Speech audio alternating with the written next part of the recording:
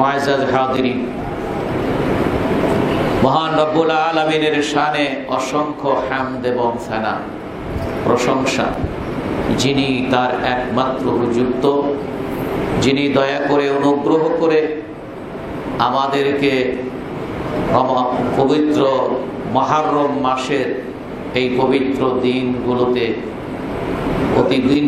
অতিবাহিত করার জন্য আল্লাহ তৌফিক দান করেছেন। এবং আল্লাহ যাদেরকে তৌফিক দিয়েছেন তারা এই মাসের সম্মানে সিয়াম পালনরত অবস্থায় আছেন।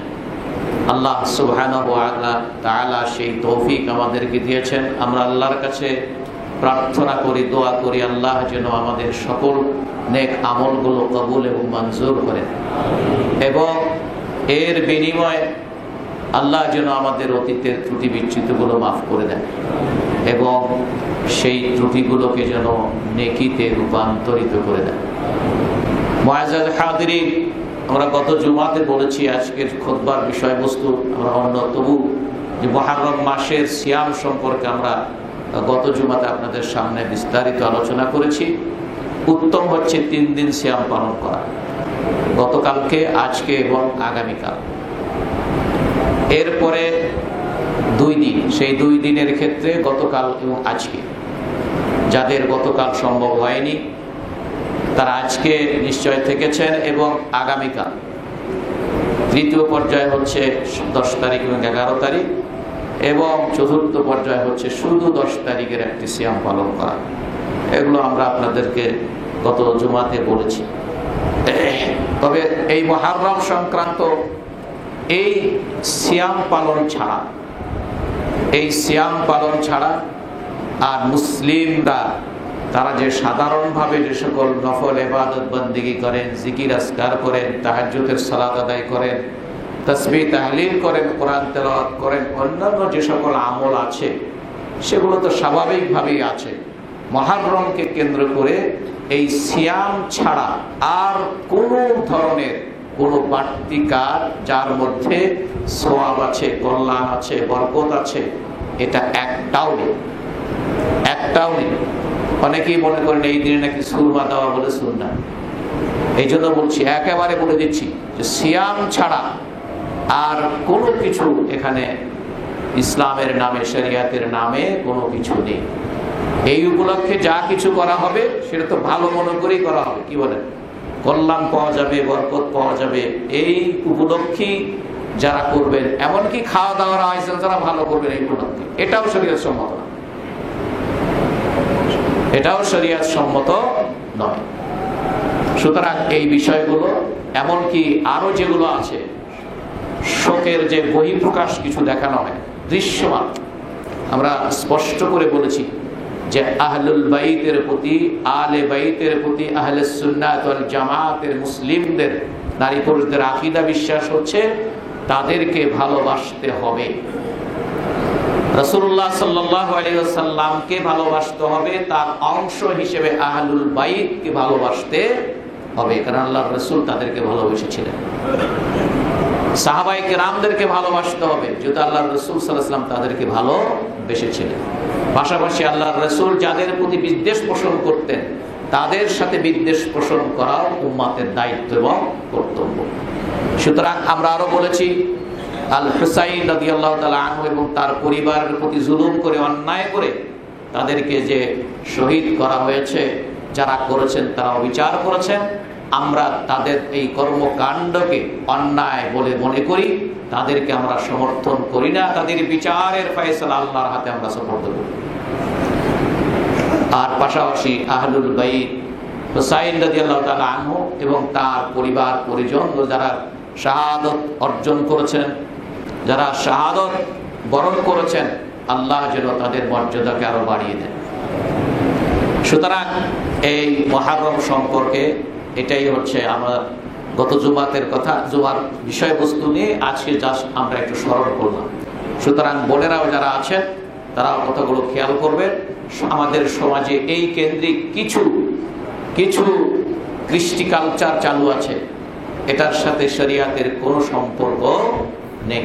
আহলে সুন্নাত ওয়াল জামাতের মুসলিম নারী পুরুষদের এর সাথে কোনো ধরনের সম্পর্ক নেই। আমরা যেন সে বিষয়টি সতর্ক থাকি। আসুন, আমরা আজকের খুতবার বিষয়বস্তু হচ্ছে ইসলামে এই যৌবনকালের কি গুরুত্ব, বা যুবকদের গুরুত্ব, ইসলামে যুবকদের গুরুত্ব। কথাটা কি বুঝতে পেরেছেন? ইসলামে অর্থাৎ যুবকদের প্রতি ইসলাম কি ধরনের গুরুত্ব দিয়েছে, বা কোরআন এবং সুন্নাতে তাদের সম্পর্কে কি গুরুত্ব বলা আছে, সেই বিষয়ের উপরে আমাদের আজকের খুতবা। আল্লাহ সুবহানাহু ওয়া তাআলা তৌফিক দান করুন যেন আমরা কিছু কথা বলতে পারি।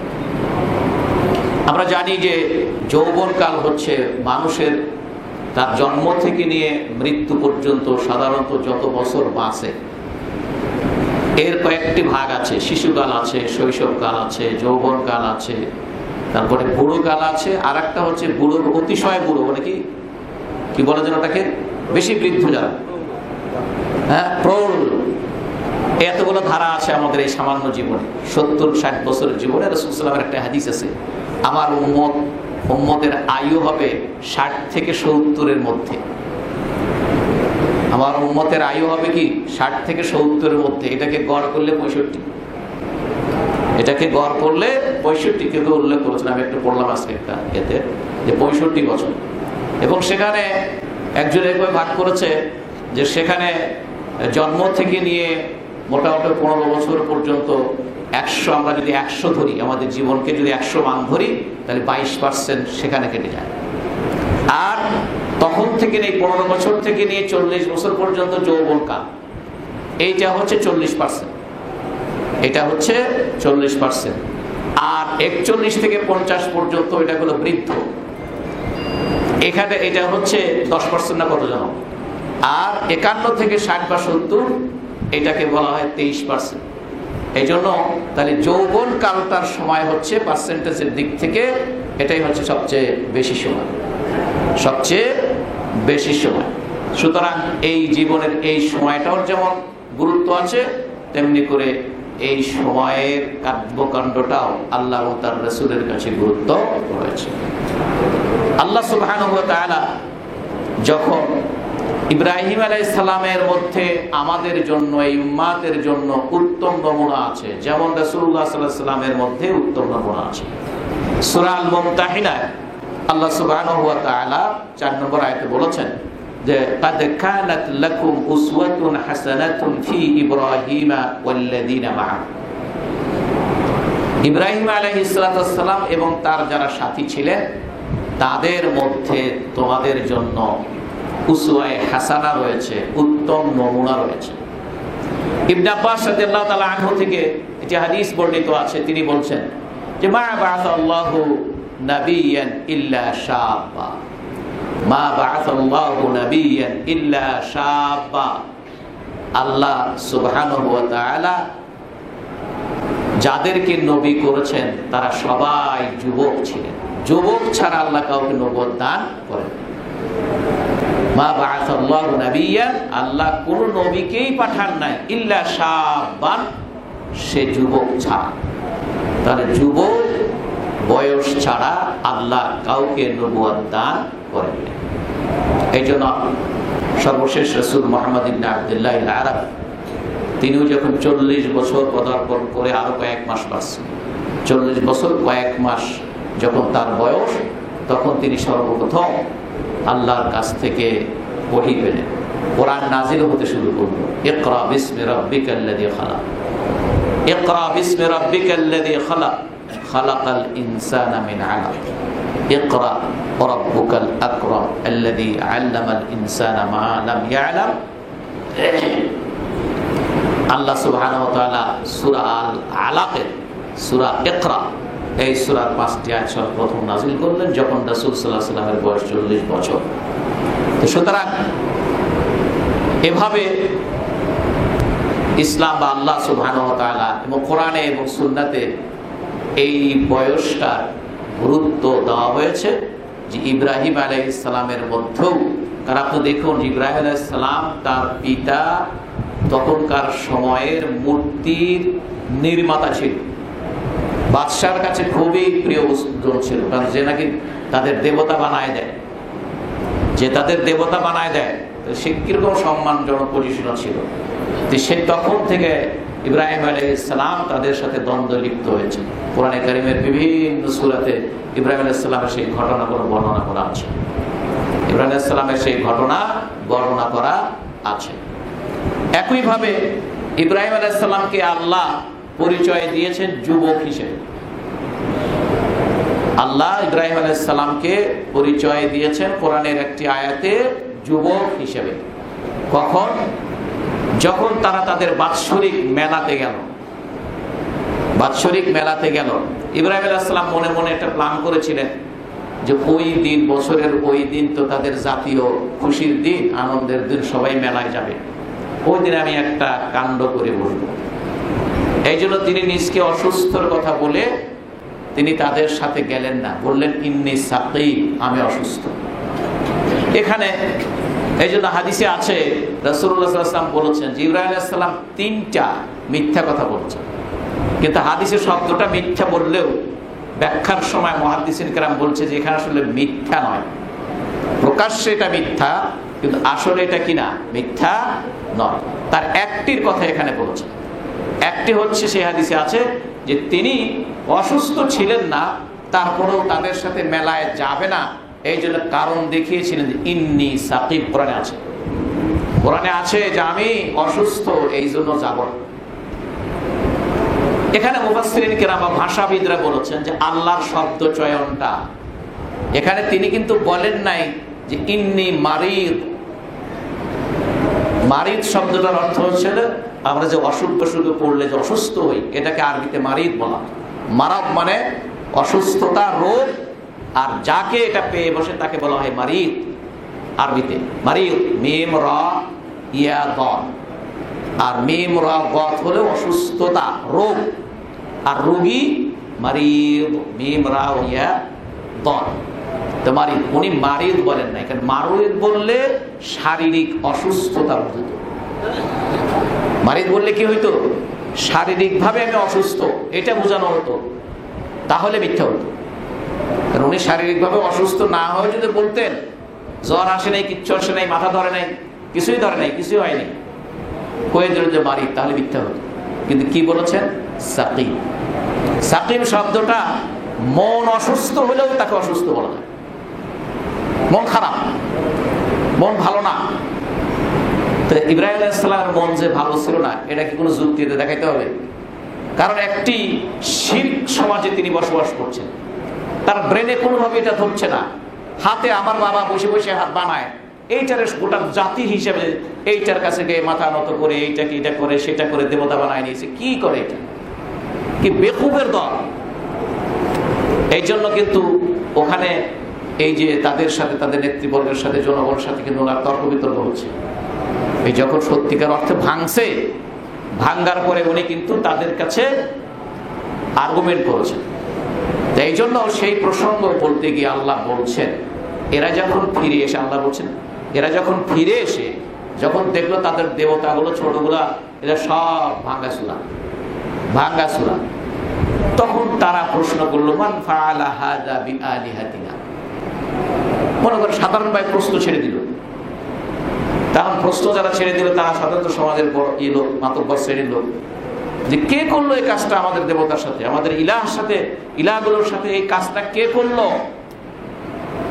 তখন ক্বালু, জনগণের মধ্য থেকে উত্তর আসলো, আল্লাহ সেটাই বলছেন, ক্বালু ফাতা ক্বালু সামি'না ফাতান ইয়াযকুরুহুম।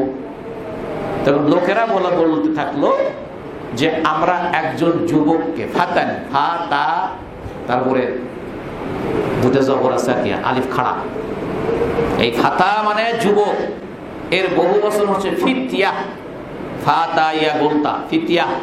ফাতান মানে যুবক, শাব, আরবি তার একটা শব্দ আছে শাব, শাব মানেও যুবক, আর ফাতান মানেও যুবক। তখন আল্লাহ তাআলা ইব্রাহিম আলাইহিস সালামকে যুবক বলে অভিহিত করলেন। আল্লাহ বলছেন ক্বালু, তখন তারা জবাব দিচ্ছে সামি'না ফাতান ইয়াযকুরুহুম ইউকালু লাহু ইব্রাহিম।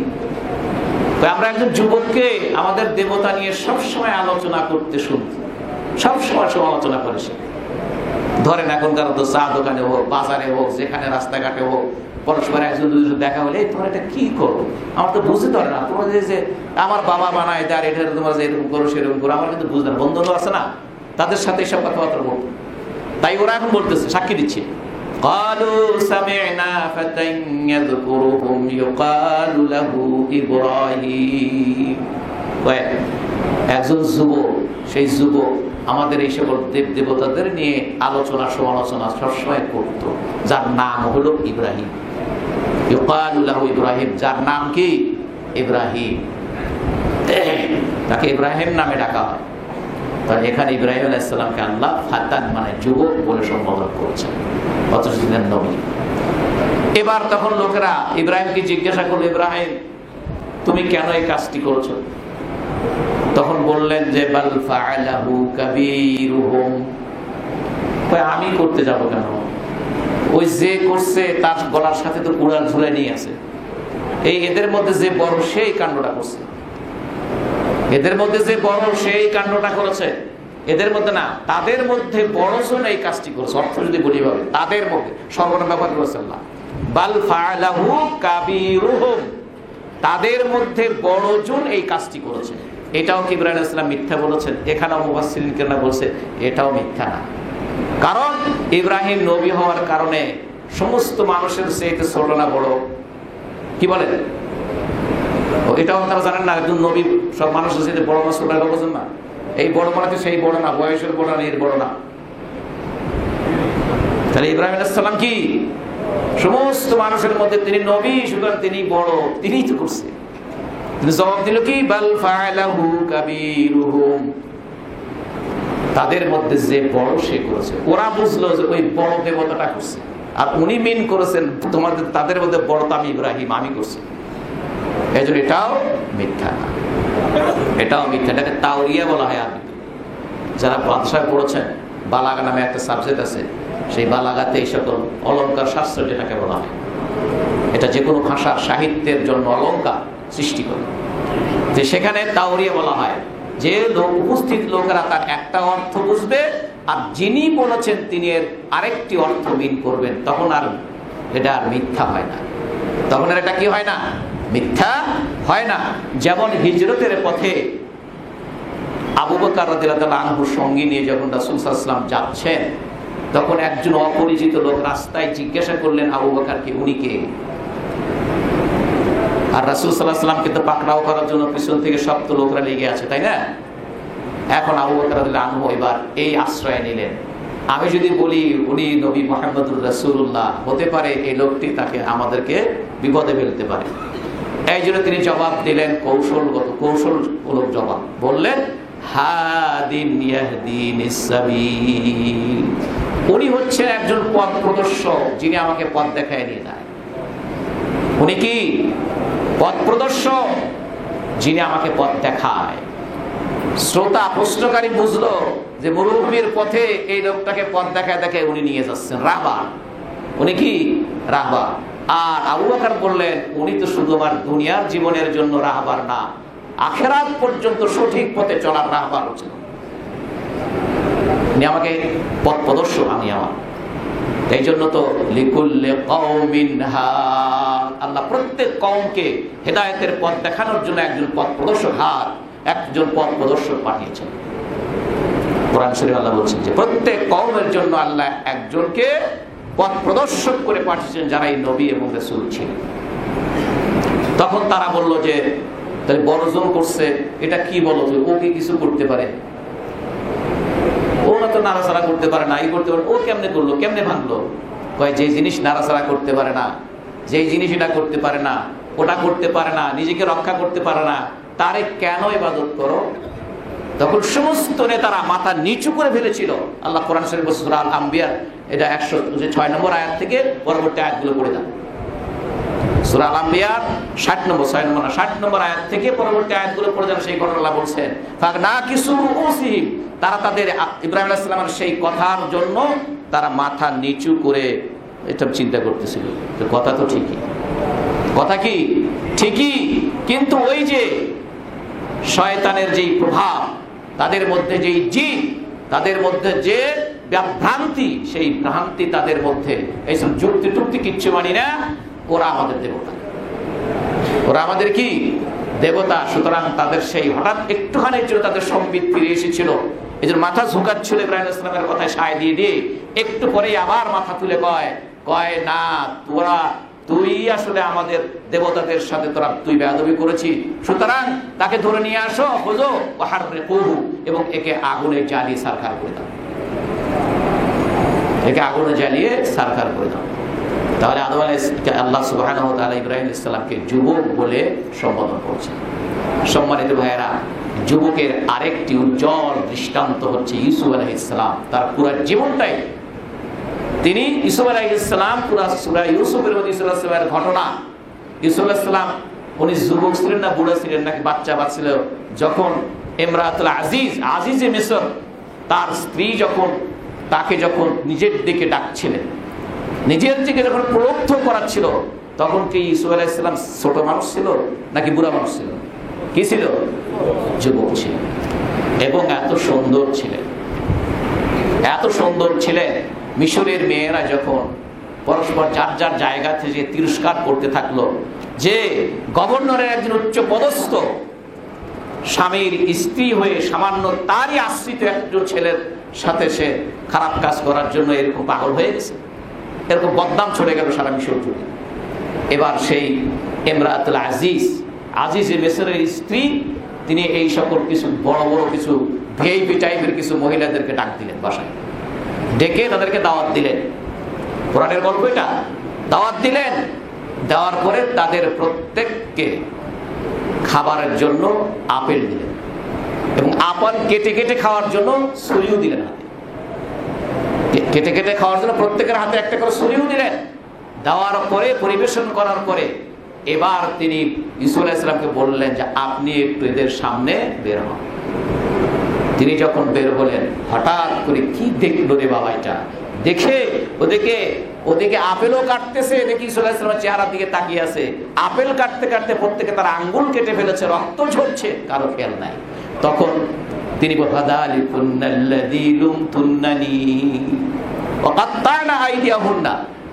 তারা শুধু আপেলই কাটলো, নিজের হাত পর্যন্ত কেটে ফেললো, আঙ্গুল পর্যন্ত কেটে ফেললো। তখন সেই মহিলা তিনি বলল যে এই হচ্ছে সেই যুবক যার ব্যাপারে তোমরা আমাকে তিরস্কার করেছো। আমি তো এমনি পাগল হইনি, কি বলেন, কথা ঠিক নেবে ঠিক? তো সেইখানে ইউসুফ আলাইহিস সালাম তিনি তার সতীত্ব, তার চরিত্র, তার নবুয়া, তার আখলাক তিনি আল্লাহর কাছে সুপর্দ করে সেখান থেকে তিনি নিজকে মুক্ত করতে পেরেছিলেন, কথা ঠিক নেবে ঠিক? তাই সুতরাং এই জন্য ইউসুফ আলাইহিস সালাম ছিলেন সমস্ত যুবকদের জন্য একটি উজ্জ্বল দৃষ্টান্ত। যে পুরা সূরা ইউসুফের পুরা ঘটনাই হচ্ছে আল্লাহ সুবহানাহু ওয়া তাআলা যুবকদের কি করণীয়, কি তার চরিত্র হওয়া উচিত, ইউসুফ আলাইহিস সালামের মাধ্যমে সেটা শিখিয়ে দিয়েছেন। এছাড়া সূরা আল কাহাফ, যেই কারণে নাম হলো কাহাফ। কাহাফ অর্থ কি? গুহা। কাহাফ অর্থ কি? গুহা। এই জন্য জুমার দিন সূরা কাহাফ পড়ার কিন্তু অনেক বড় ফজিলত আছে। সকাল থেকে নিয়ে যে কোনো সময় পড়ে, তো জুমার আগে পড়াই ভালো, আচ্ছা যে কোনো সময় ওপেন সূরা কাহাফ পড়ার আলাদা ফজিলত রয়েছে। আপনাদের যাদের সুযোগ আছে পড়বে সূরা আল কাহাফ, যেটা 18 নম্বর সূরা, সূরা বনী ইসরাঈলের পরের সূরা, 18 নম্বর সূরা। সুতরাং এই কাহাফ যাদেরকে নিয়ে ঘটনা, তারাও ছিল যুবক দল, একদল যুবক ছিল, তারাও একদল যুবক ছিল।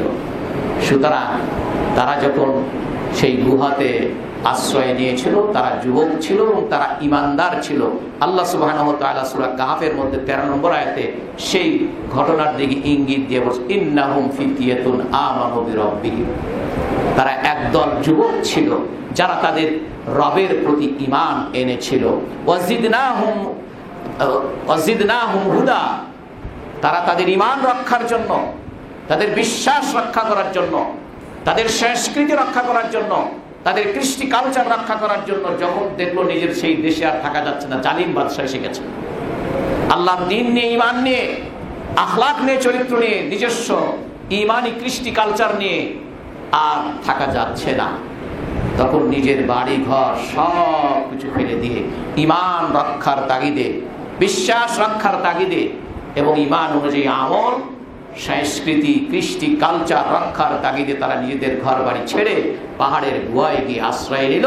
আল্লাহ বললেন ওয়াজিদনাহুম হুদা, তাদের হেদায়েতকে আমি আরো বাড়িয়ে দিয়েছি, তাদের হেদায়েতকে আমি আরো বাড়িয়ে দিয়েছি। তাহলে এরাও যুবক ছিল। এই জন্য আল্লাহ সুবহানাহু ওয়া তাআলা সূরা কাহফের আগের আয়াতে 10 নম্বর আয়াতে আল্লাহ বলছেন ইয আওয়াল ফিতয়াতু ইলাল কাহফি ফাকালু রাব্বানা আতিনা মিন লাদুনকা রাহমাহ ওয়া হাইয়্যি লানা মিন আমরিনা রাশাদা।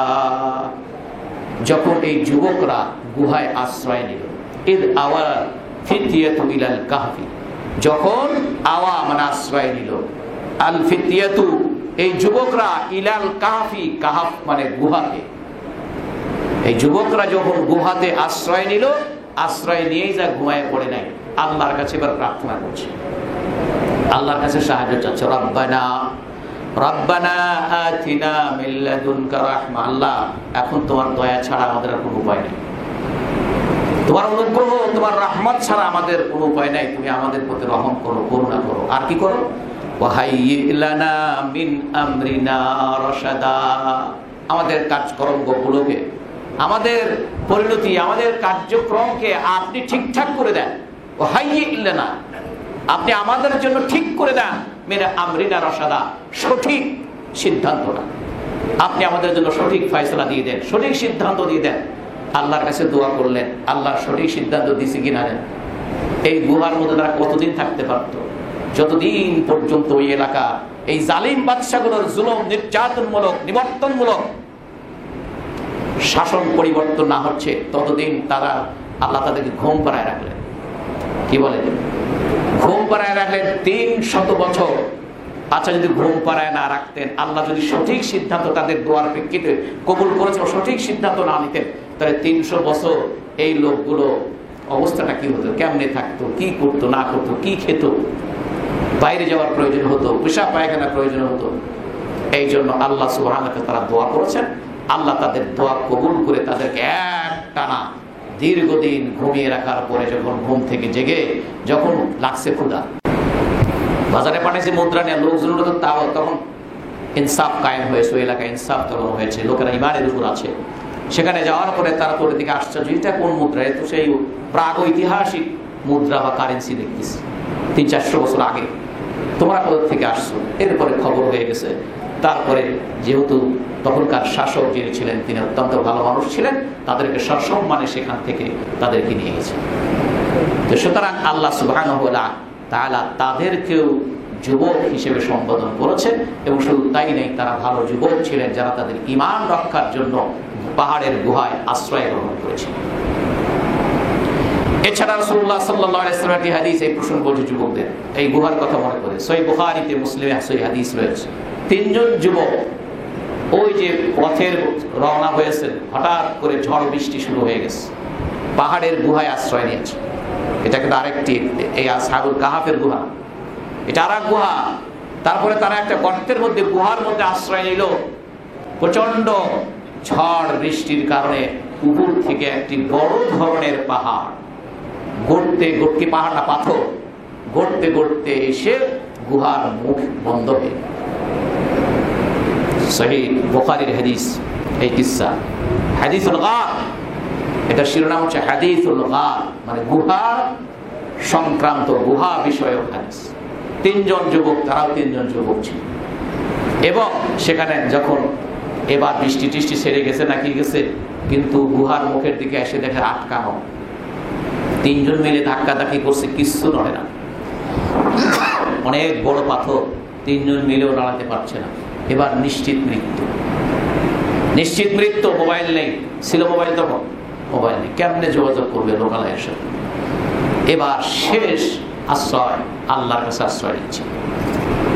একজন, 3 জন 3টি পুণ্যের কথা উল্লেখ করে আল্লাহর কাছে প্রার্থনা করছে, দোয়া করছে যে আল্লাহ এই কাজটি শুধু তোমার উদ্দেশ্যেই করেছিলাম, তা যদি করে থাকি আজকের এই বিপদ থেকে আমাদেরকে তুমি রক্ষা করো। পাথর একটু সরে গেল, আরেকজন আরেকটা কথা বলছি, সংক্ষেপ করছি, অন্য একদিন শোনাও। সুতরাং তারাও এই তিনজন তিনটি পুণ্যের কথা বলে আল্লাহর কাছে এই তিনটি নেক আমলকে উসিলা করে দোয়া করার পরে আল্লাহ তাদেরকে সেখান থেকে রক্ষা করলেন, পাথর সরে গেল। একজন বলছে একটু সরছে, বাড়ানো যায় না। আরেকজন বলছে আরেকটু সরছে, তখন বের হওয়া যায় না। তৃতীয়জন বলছে এবার পাথরটা অটোমেটিকলি সরে গেল। তারা তখন রাসূল সাল্লাল্লাহু আলাইহি ওয়াসাল্লাম বললেন ফাখারাজু মিনহা সালিমিন। এই তিনজন ব্যক্তি সেখান থেকে নিরাপদে বের হয়ে আসলো। সুতরাং তারাও ছিল যুবক। আবু হুরায়রা রাদিয়াল্লাহু আনহু থেকে বর্ণিত হাদিস, সহিহ মুসলিমে, আপনারা অনেকেই শুনেছেন, অনেকের মুখস্থ হয়তো আছে, যে রাসূলুল্লাহ সাল্লাল্লাহু আলাইহি ওয়াসাল্লাম বলেছেন, সাবআতুন ইযিল্লুহুমুল্লাহু ফি যিল্লিহি ইয়াওমা লা যিল্লা ইল্লা যিল্লুহ। 7 শ্রেণীর লোকদেরকে আল্লাহ তার ছায়ায় আশ্রয় দিবেন, যেদিন তার ছায়া ছাড়া আর কারো কোনোখানে আর কোথায় কোনো ছায়া থাকবে না। সেটা কোন দিন? কিয়ামতের দিন, হাসরের মাঠে সমস্ত মানুষ, শারুল আউয়ালুন ওয়াল আখিরুন, পৃথিবীতে যত মানুষ প্রথম দিকে জন্মেছে এবং শেষ পর্যন্ত যত মানুষ পৃথিবীতে এসেছে, সবাই সেখানে একত্রিত হবে। এত মানুষের একত্রিত হওয়া এমনি পরস্পর ঘামাঘামে। এরপরে জাহান্নাম সেদিন কাছে আনা হবে। ইয়াউমা ইদিন বিজাহান্নামা ইয়াউমা ইদিন ইয়াতাযাক্কারুল ইনসানু মা সাআ। তাহলে জাহান্নাম কাছে আসবে, সূর্য মাথার উপরে আসবে, আর এত লোক একসাথে, প্রচন্ড গরম, মানুষ ঘেমে যেতে থাকবে। এই ঘামের মধ্যে মানুষ যার যার গুনাহ অনুযায়ী অবস্থান করবে। সুতরাং সেই দিন আল্লাহর ছায়া ছাড়া আর কোনো ছায়া থাকবে না। প্রচন্ড তাপ, সূর্যের আলো, জাহান্নামের গরম। সেই 7 শ্রেণীর মধ্যে এক শ্রেণী কারা? যুবক। ওই যুবক, যে যুবক নিজেকে আল্লাহর ইবাদতের উপরে গড়ে তুলেছে। প্রথমটা হচ্ছে ইমামুন আদিল, ন্যায়পরায়ণ শাসক। আর আমি আপনাদেরকে এর আগেও কিছুদিন আগে বলেছি, এই ন্যায়পরায়ণ শাসক আপনিও আপনার উপরে একজন শাসক। আপনার প্রতিও আপনি, আপনার নিজের নফসের প্রতিও আপনি ন্যায় বিচার করছেন কিনা, এটাও জিজ্ঞাসিত হতে হবে। সুতরাং আর 2 নম্বর হচ্ছে শাবুন নাশাআ ফি ইবাদাতিল্লাহ, ওই যুবক যে আল্লাহর ইবাদতের মধ্যে গড়ে উঠেছে। আর যুবকরা তোমাদের এই যৌবনকালটাকে মদ, গাঁজা, আফিম, অন্য মেয়েদের পিছনে, আবার এই বয়সের মেয়েরাও ছেলেদের পিছনে এখানে ওখানে রাত্রি কাটাও, এইবারে সেইবারে, এখানে সেখানে, অমুকের জমি দখল করো, অমুকের হয়ে আর একজনকে খুন করো। এই তো তোমার যৌবনকালকে তুমি এভাবে ব্যয় করছো। জবাব দিতে হবে, কৈফিয়ত দিতে হবে। তোমাকে আলাদাভাবে প্রশ্ন করা হবে, তোমার যৌবনকালকে তুমি কিভাবে কাটিয়েছো। ইসলাম যৌবনকালকে গুরুত্ব দিয়েছে। তোমাকে আলাদাভাবে জিজ্ঞাসা করা হবে, তোমাকে আলাদাভাবে প্রশ্ন করা হবে, তোমার যৌবনকালকে কিভাবে কাটিয়েছে। বলতে হবে মাস্তানি করে কাটিয়েছে, মাস্তানি করে কাটিয়েছে আল্লাহ। অন্যের হয়ে আর একজনের ক্ষতি করে তার উপকার করে দিয়েছে, বিনিময়ে কিছু টাকা দিয়েছে, মদ দিয়েছে, আফিম দিয়েছে, এটা দিয়েছে, সেটা দিয়েছে, এবং কিছু বিনোদন করার জন্য ব্যবস্থা করে দিয়েছে। ফুর্তি ফার্তি করবে একটু, বলা হয় কাজ আদায় করে নেয়, বুদ্ধিমান। ও কাজ আদায় করে নেয় আর পোলাপানটা আদার করে খায়, পোলাপান একটু ফুর্তি করবে, ব্যবস্থা করে, কিন্তু বড় কাজ করে এনেছে তাদেরকে দিয়ে। ঠিক না ঠিক? সুতরাং সব হিসেব হবে। এই জন্য তোমার এই যৌবনকাল সম্পর্কে তোমাকে জিজ্ঞাসিত হতে হবে, প্রশ্নের জবাব দিতে হবে। ওয়ান শাবাবিহি ফিমা আফলা, রাসূল হাদিসে বলেছেন, তুমি যৌবনকাল কোন ভাবে ব্যয় করেছো। আফলা মানে কোন ভাবে অপচয় করেছো, কোন ভাবে খরচ করেছো, এটা আল্লাহ জিজ্ঞাসা করবে। সুতরাং সেই দিন আল্লাহ সুবহানাহু ওয়া তাআলা এই যুবককে, যে নাকি আল্লাহর ইবাদতের মধ্যে নিজকে গড়ে তুলেছে, সে আল্লাহর ছায়ার নিচে সেদিন আশ্রয় পাবে। এরপরে আরেকজন, যদিও একেবারে যুবক বলতে পরিণত যুবক নাই, যুবকের সূচনা, কিশোর, এই বয়সের আমর ইবনে সালামা রাদিয়াল্লাহু তাআলা, ছোট্ট বালক। তাকে আল্লাহ রাসূল সাল্লাল্লাহু আলাইহি ওয়াসাল্লাম শিখাচ্ছেন ইয়া গোলাম সাম্মিল্লাহ। তাহলে আল্লাহ রাসূল দ্বীনের ব্যাপারে যুবক, কিশোর, তরুণ, এমনকি তার চাইতে ছোট বয়সের বাচ্চাদেরকে আল্লাহর দ্বীন তিনি শিখিয়েছেন। কাউকে অ্যাড্রেস করা তিনি বাদ দেন। ইয়া গোলাম, হে বৎস, হে বালক, সাম্মিল্লাহ, যখন কোনো কাজ শুরু করবে বিসমিল্লাহ বলে শুরু করো। অকুল বিয়ামিনিকে, ডান হাত দিয়ে খাও। রাসূল বলে যে ডান হাত দিয়ে খাও, আর আপনি বাম হাত দিয়ে খান, আর কোন এটা আল্লাহর হাত না? কেউ যদি বলে যে বাম হাত দিয়ে খাচ্ছেন, তাই এটা আল্লাহর হাত না, কি যে যুক্তিবাদী উনি হয়েছে। এটা আল্লাহর হাতই তো, সেই আল্লাহই তো মেসেজ পাঠিয়ে দিয়েছে যে ওই বাম হাত দিয়ে তোর এই কাজ করা লাগবে, আর খাবারের জন্য তোকে ডান হাত ব্যবহার করতে হবে। সুতরাং কুল বিয়ামিনিকা, ডান হাত দিয়ে খাও, অকুল মিম্মা ইয়ালিক, একসাথে খেতে বসলে হাত একবার ওইদিকে একবার এদিকে না দিয়ে নিজের সামনে থেকে খাও, একসাথে বলতে একই পাত্রের মধ্যে। আমাদের তো পান্তা পাত্রের একসাথে খাওয়া যায় না, খাওয়া যাবে এক পাত্রের এর মধ্যে। সেই জন্য শুকনা খাবার হলে বসে ভালো বড় প্লেটের মধ্যে করে নিয়ে, সৌদি আরবে দেখেছি তারা সাধারণত এভাবে খায়। এমনকি পরিবারের অনেক পরিবারেও তারা পুরা পরিবারের স্বামী, স্ত্রী, ছেলে, মেয়েরা একসাথে বসে বড় প্লেটে তারা একসাথে বসে খায়। এবং তাদের কাছে এঁটে না, সুটা বলি যে আমরা ওই আগে কিছু লোকরা গেছে, দুই একজন বাদ পড়ে থাকে, ওরা পরে এসে ওইখানেই বলবে। এমনকি বিয়েতে দেখেছি, অনেক বিয়েতে দেখেছি, অনেক বড় বড় হল রুমের মধ্যে খাবারের আয়োজন, অলিভার আয়োজন করেছে, বাস খাবার পরিবেশ বড় বড় ইয়ার মধ্যে, ওটা কি বলা হয়, প্লেট মনে করে, খুব বড় বড় প্লেট, প্লেটের মধ্যে যেখানে একসাথে 5-10-12 জন বসতে পারে, সেরকম প্লেটের মধ্যে অনেক খাবার টাবার দিয়ে গেছে। এই দল খায় উঠে গেছে, ও শেষ করতে পারেনি, পরে যারা বসেনি তারাই আবার ওখানে বসে খাচ্ছে, তারা আবার ওখানে বসেই খাচ্ছে।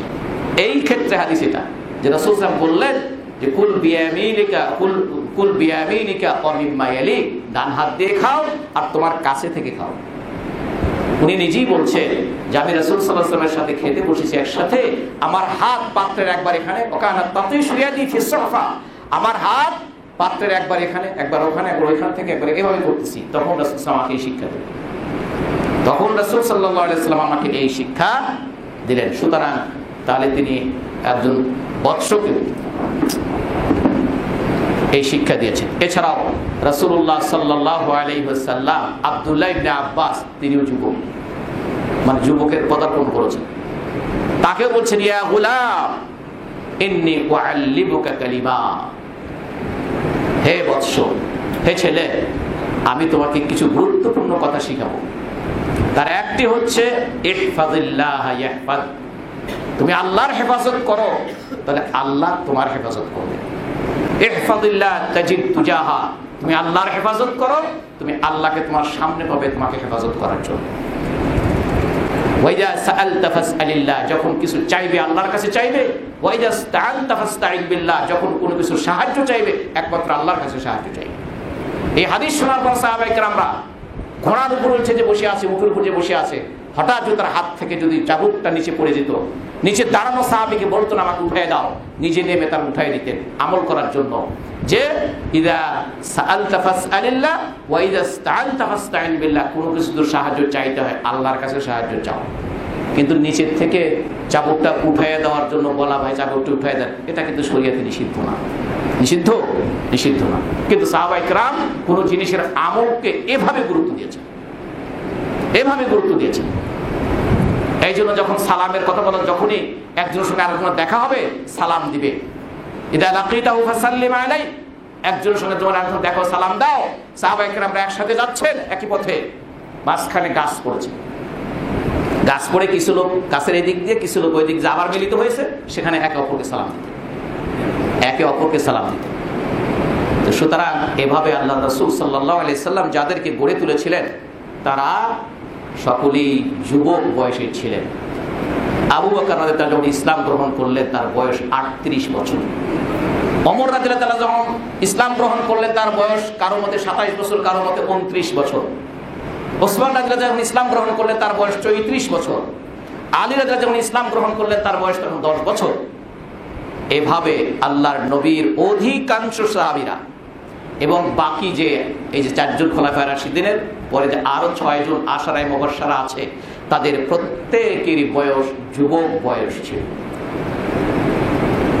আব্দুর রহমান আউফ, এরপর তালহা ইবনে উবাইদিল্লাহ, এছাড়া আরো যারা যারা আছেন প্রত্যেকেই, এমনকি অধিকাংশ সাহাবী, আমি বলে থাকি সাধারণত 95% সাহাবী ছিলেন, 95% সাহাবী ছিলেন রাসূল সাল্লাল্লাহু আলাইহি ওয়াসাল্লামের সাথে, তারা যুবক ছিলেন। সেই যুবকদেরকে, কারণ খেয়াল করে দেখবেন আল্লাহ সুবহানাহু ওয়া তাআলা এই উম্মাতের জন্য শ্রেষ্ঠ রাসূলকে নির্বাচন করেছেন এবং শ্রেষ্ঠ রাসূলের উপরে শ্রেষ্ঠ মহাগ্রন্থ আল কোরআন দিয়েছেন এবং শ্রেষ্ঠ সাহাবী নির্বাচন করেছেন। শ্রেষ্ঠ উম্মাতকে এই সকল দিক থেকে এই উম্মাতকে আল্লাহ শ্রেষ্ঠ করেছেন। তো সুতরাং এরকম একদল যুবকদেরকে নিয়ে রাসূলুল্লাহ সাল্লাল্লাহু আলাইহি ওয়াসাল্লাম মাত্র 23 বছরে ইসলামকে একটি পরিপূর্ণ দ্বীন হিসেবে প্রতিষ্ঠিত করেছিলেন। কথা ঠিক না বেঠিক? মাত্র 23 বছরে। আল্লাহ আমাদের সকলকে কথাগুলো বোঝার তৌফিক দান করুন। বারাকাল্লাহু লানা লাকুম ফিল কুরআনিল আযীম ওয়া নাফা'নি ওয়া ইয়্যাকুম বিমা ফীহি মিনাল আয়াতি ওয়াদ যিকরিল হাকীম। আকুলু কওলি হাযা ওয়া আস্তাগফিরুল্লাহ লি ওয়া লাকুম ওয়া লিসাইরিল মুমিনিন ফাস্তাগফিরু ইন্নাহু হুয়াল গফুরুর রাহিম।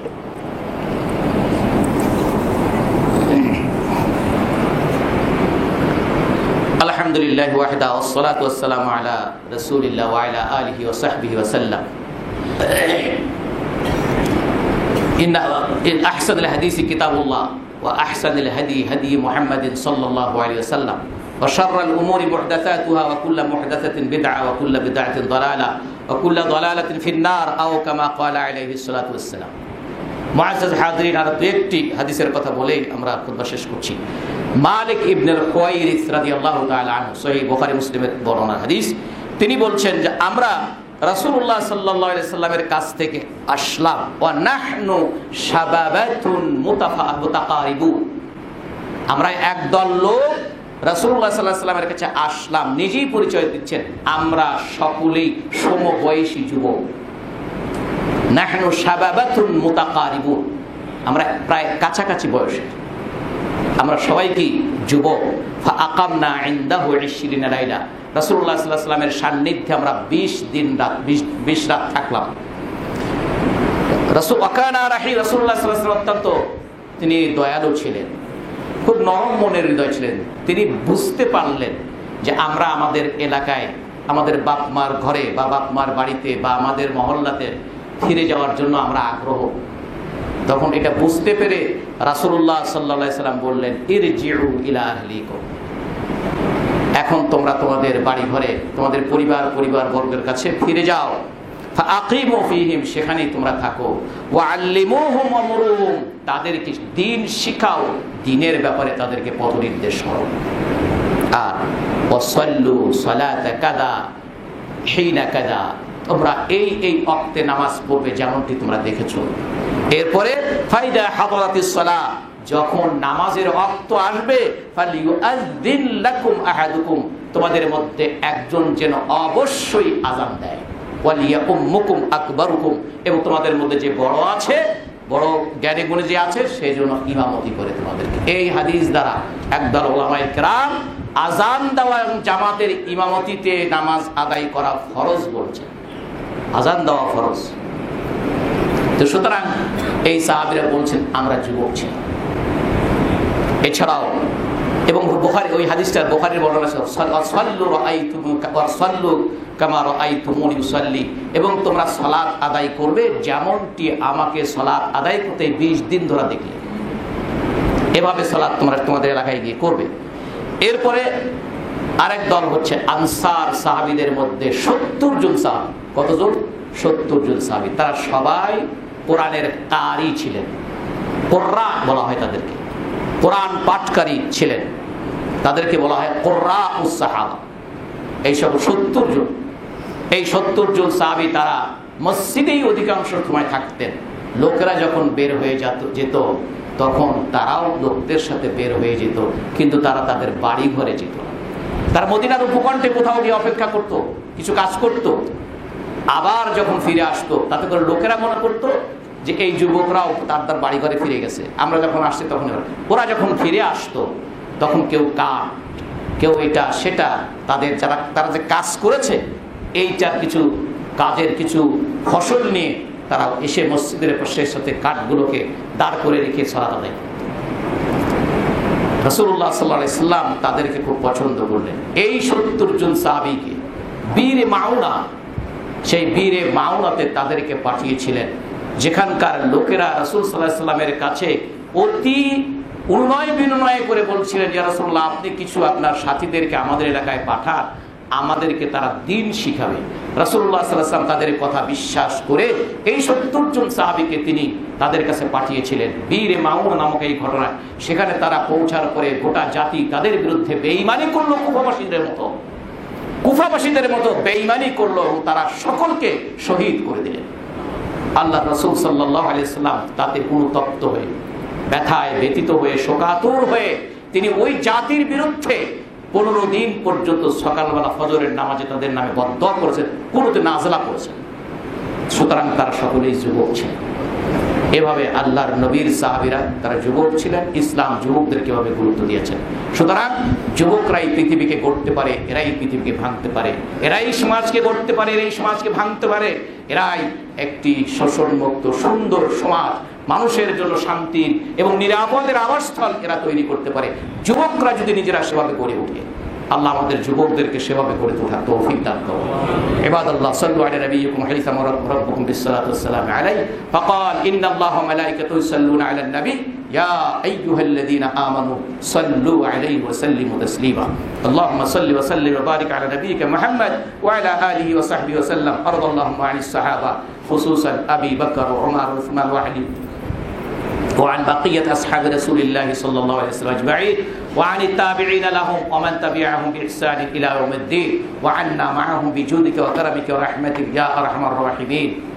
ربنا آتنا في الدنيا حسنة وفي الآخرة حسنة وقنا عذاب النار. ربنا ظلمنا أنفسنا وإن لم تغفر لنا وترحمنا لنكونن من الخاسرين. رب ارحمهما كما ربياني صغيرا. اللهم أعز الإسلام والمسلمين وأذل الشرك والمشركين. اللهم انصر من نصر الدين واخذل من خذل الدين. ভাইয়েরা এবং বোনেরা, আপনারা মসজিদের কথা স্মরণ করবেন, মসজিদের কথা লিখেছেন, মসজিদের কাজটি ইনশাআল্লাহ হচ্ছে। লকডাউনের কারণে কিছু ছন্দপতন হলেও কাজ শুরু হয়েছে। আপনারা আপনাদের সহযোগিতার হাতকে সবসময়ের জন্য প্রসারিত রাখবেন এবং সকলেই একে অপরকে বলে মসজিদের জন্য আপনারাও কিছু সাহায্য সংগ্রহ করবেন। আল্লাহ সকলকে উত্তম জাযা দান করুন ইহকালে এবং পরকালে। ইবাদাল্লাহ, ইন্নাল্লাহা ইয়া'মুরু বিল 'আদলি ওয়াল ইহসানি ওয়া ইতা'i যিল কুরবা ওয়া ইয়ানহা 'আনিল ফাহশা'i ওয়াল মুনকারি ওয়াল বাগই ইয়া'iযুকুম লা'আল্লাকুম তাযাক্কারুন। ফাযকুরুল্লাহা ইয়াযকুরকুম ওয়া লাযিকরুল্লাহি আকবার। ওয়াল্লাহু ইয়া'লামু মা তাসনা'উন।